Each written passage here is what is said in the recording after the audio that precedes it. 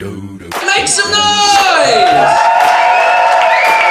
Yes, yes, bienvenue, welcome to the Réservoir, welcome to From Paris with Loves, and please make even more noise to welcome your host this evening, it's Mr. Rachid Badouri!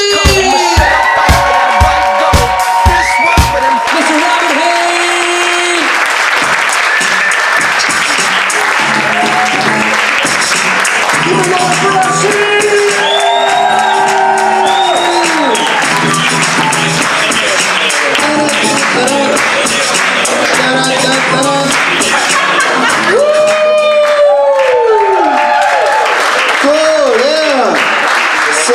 Bonsoir, my name is Hoehn, I'm from Minnesota. Yay. Le Réservoir, vous êtes dans la place? You know what they say in Minnesota when I say, Minnesota, vous êtes dans la place? No, que dalle, they don't speak French.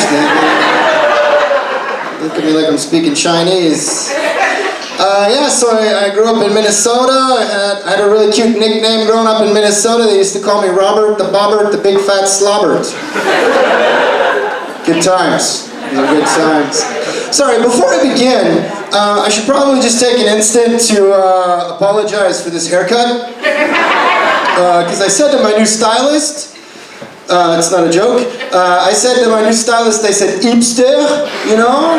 I said with the accent and everything, and obviously she understood douchebag. How you doing, young lady? You speak English? She's like, oh my god, laisse-moi tranquille. Oh man, il m'a grillé, je comprends rien. It's true, she still hasn't looked up yet. She's like, oh my god. Je l'ai grillé là.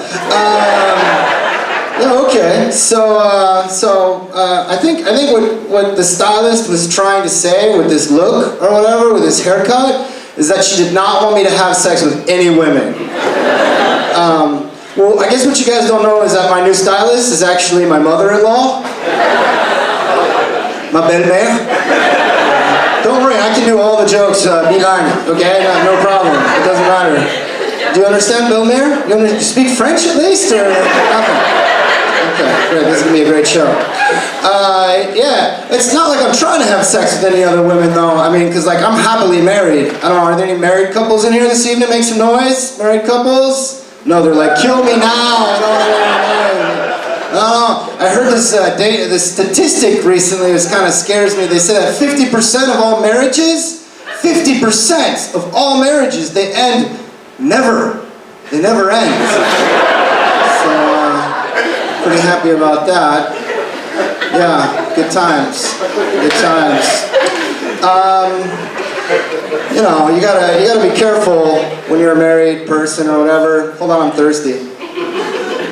You gotta be careful because you don't wanna tu veux pas être grillé non plus. You know, you can't like be like checking out the waitress who's walking by in the restaurant for too long or whatever, because people will notice that shit. You know. If I'm going to get that Netflix special about my life in Paris or whatever, I have to sell the image of a wholesome American guy living in Paris. You can't be looking at other women, or you can't be in yoga class, for example, trying to do like some really complicated yoga posture or whatever, trying to check out that hot chick next to you in spandex pants or whatever, because you could fall over and people will notice that shit, you know? You can't be on your scooter at Place de Clichy at 2 o'clock in the morning going 60 kilometers an hour looking at a big, beautiful ass on the sidewalk because you will hit a bus. And people will notice that shit, you know? You have to know exactly how long you can look at the ass and look at the bus, and look at the ass and look at the bus, and look at the ass, just long enough to get past that big, I'm not just a little ass, I'm talking like a big ass, you know, like she's got to swing it to get out of the way when she's got, an ass so fat you can see it from the front, okay? I'm talking about a big, luscious, beautiful ass, just long enough to get past it until you realize, oh, that's a transvestite, they got me again. That's Place de Clichy at 2 o'clock in the morning. I guess you guys got to know your geography or whatever. It's important to know that. So I'm happy being here in Paris. A lot of times people, they say to me, Robert, because people who talk to me are French. They say, Robert, why do you live in France? Why do you live in Paris? Why? Why? Why? Because French people are kind of dramatic, you know? They're like, why do you live in Paris? And I'm like, that's a question I ask myself every morning when I wake up. Except normally I'm crying into my pillow. And they're like, okay, that's pretty funny, haha. But seriously, what are you doing stand-up comedy in Paris? I'm like, well, didn't you know it's every American's dream growing up to do stand-up comedy in Paris in English? Duh. They're like, oh, you think you're funny? And I'm like, well, yeah, I wanna change the world a little bit, doing stand-up comedy, not just talk about it, you know? I wanna make people laugh. And the French person says to me, oh, well, listen, if you wanna know what it is to truly be funny, okay? If you wanna know what it is to make people laugh, you have to know what it is to suffer. You have to know what pain truly is. To which I respond, well, after living in Paris for 15 years, I must be fucking hilarious. Any American who knows what the Ursaf and a Huissier is, fucking comedy gold, I'm telling you people. This place is awesome, I love it. Love living in Paris, you know? It's not Baghdad, right? Well, I don't know if some of you haven't been to the Goutte d'Or or not, but yeah, it's awesome. I love living here. I'm going around Paris, you know, trying to help out people. I feel it's kind of my job, you know, help out the young people or whatever. Like, you too, you young couple or whatever, right? You have vous avez des enfants? Huh? No, you have no, I can tell because you still have like happiness in your eyes. Of course you don't have children. No, I have 3 magic words for you, which I think will work in English and French. It's contra-fucking-ception, okay? Don't let a hot date turn into a due date. That's what we say in Minnesota. Yeah, I'm a very happy father. I'm the father of 2 beautiful sons. Thank you. Thanks. Yeah, whoever's clapping does not have children. I'll tell you that right now. I don't want to give you the impression I don't love my children. You know, I mean, I love both of my sons. I mean, when you have 2 sons, what it means is that you didn't learn your lesson the first time. Okay? That's great. I love children. I love my children. It's just sometimes you got to do things you don't want to do. You know, my first son, he's 11 years old now. And for example, you got to go see this movie Kung Fu Panda 3 when you're not high. But I mean, you can't be walking around Châtelet with a 10-year-old in a fucking joint, right? You know? Because then you look like an asshole. Nobody wants to look like an asshole. Even if I try not to, you know, nobody wants to look like an asshole or whatever, but it's just, I don't want to give you the impression I don't love my sons. You know, I love them more than anything. I'm trying to teach them some life lessons. But I don't think I'm succeeding. I think I'm failing miserably, actually. The other day, my son, he walked out of the bathroom and he didn't wash his hands, you know? And I was like, boy, you better wash your hands. I don't know why I talk like that. Too much rap music, I guess? I don't know. I was like, boy, you better wash your hands. And he was like, why? Which is good because I taught him to question authority, you know? So I'm pretty happy about that. And he was like, why? And I was like, I don't know. You don't want to touch your ass and then your mouth.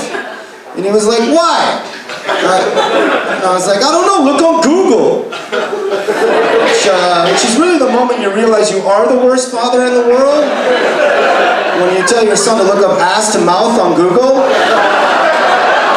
Yeah, it's, I wouldn't try that. You can clap, go ahead, I don't mind.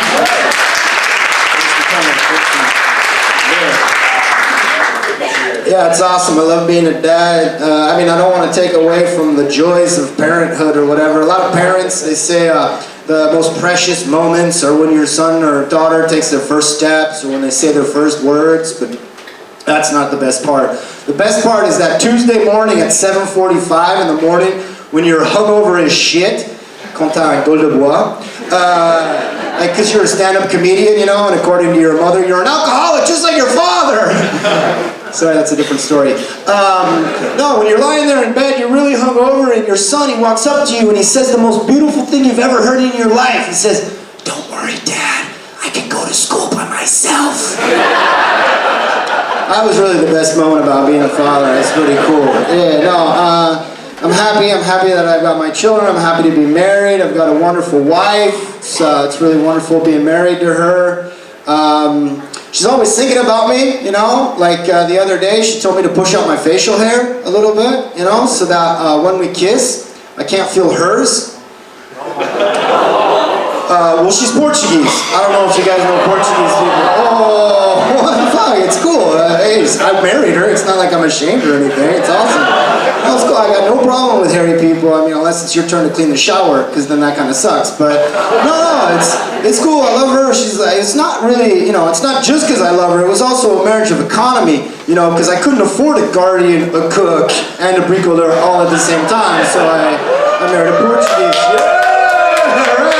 Sexism in the house, yeah! No, it's cool. I love her very much. We got married in Portugal, in fact, and that was kind of weird being an American guy walking around Portugal because I felt like I was on Endor. You know, Endor, like the planet of the Ewoks or whatever in Star Wars. It's another hairy joke. Okay, all right, I'm gonna bury that one right away. It was cool. I was very happy to be married there, and she's an awesome cook. Like she can make. You guys know the best meals, like a 5-course meal or whatever. Like you got who knows a 5-course meal? It's you got the soup, the appetizer, the salad, the main course, the dessert, and of course for my wife, there's also Gaviscon. I don't know if you guys know what that is. It's anti-acid or whatever. Have to have it. It's very important. Yeah, it's cool. I don't know where else to go from here. It's pretty cool. She likes this drink called Badouri. You guys don't know what Badouri is? You know, that bubbled water or whatever? It's pretty cool because sometimes it makes her burp or whatever, you know? Like, when girls burp, it's really cute and mignon or whatever. They prepare for it or whatever. They're just like, attends, chérie. You know? Sometimes it's not so cool, though. Like, the other day we were... there's no children in here, right? We were making love or whatever, okay? And obviously she drank a lot of Badouri, okay? Because like she was on top, and I'm gonna do a reconstitution. Not because I'm good at it, but just because I like that word in French, reconstitution, okay? And she was on top or whatever, and so obviously she had a lot of Badouri because okay, so it's like, oh, t'es le meilleur, Robert. Attends. And it's like it comes from Mordor in the Lord of the Rings or whatever. She's like,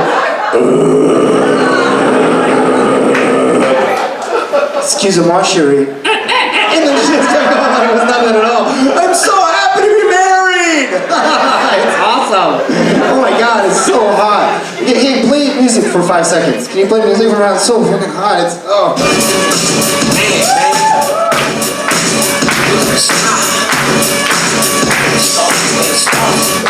Right, good. We worked on that all night long. That's great. Yeah. It's my wife. I don't know. No. I'm sorry you guys had to see this. The body of a 60-year-old man on a 30-year-old man. I'm not 30. Okay, I'm lying. I'm 40. It's all the food. It's all the good food that I've been eating. It's true. I've put on some sympathy weight since the marriage, and I've gained quite a bit of weight. I'm pushing maximum density right now. I know it's true. I've got, what do you call these?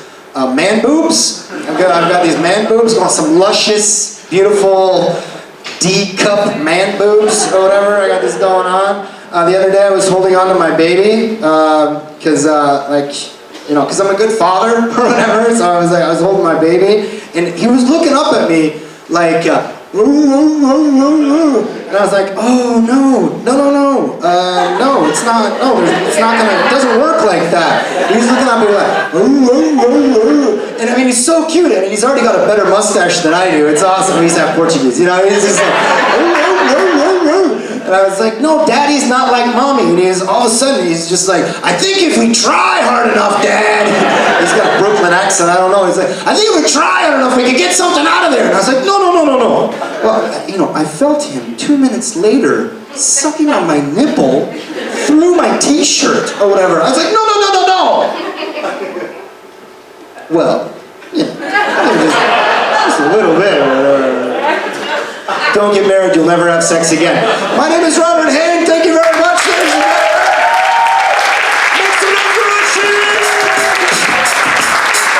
up, keep it going for